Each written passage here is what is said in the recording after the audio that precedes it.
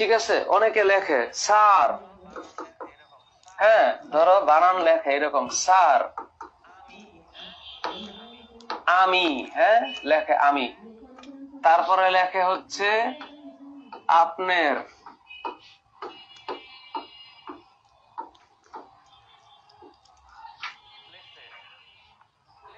লেখছে লেখছে ও, আমি বুঝছি ও লিখতে চেয়েছে স্যার আমি আপনার পাশে আছি, বানানটা হচ্ছে স্যার আমি আপনার পাছায় আছে। What is this? এটা কি পাশে আছি? এটা তো আছি না, এটা এইস, এইস, ইটস নট দিস।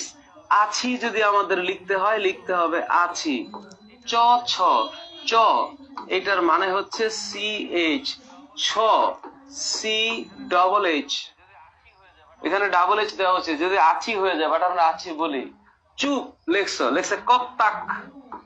কি কাহিনী রে ভাই, তোমরা যদি মানে চুপ, this should be C H U P. My goodness, sir আমি আপনার পাছায় আছা, কেমন আছেন, কেমন কেমন আছেন, কে মন, কে মন আছেন, আ C double H E N হওয়া উচিত, অথবা এই এ সি এইচ হওয়া উচিত, সমস্যা নাই। স্টুডেন্ট লেখে কামান আসান, কামন আসান, আবার এইটাও লেখে না, লেখে এরকম কামন আসান, স্যার কামন আসান। আজব ক্যারেক্টার, কি লিখছে আমি বুঝি না। মা বাবা এটা কি ধরনের কাহিনী।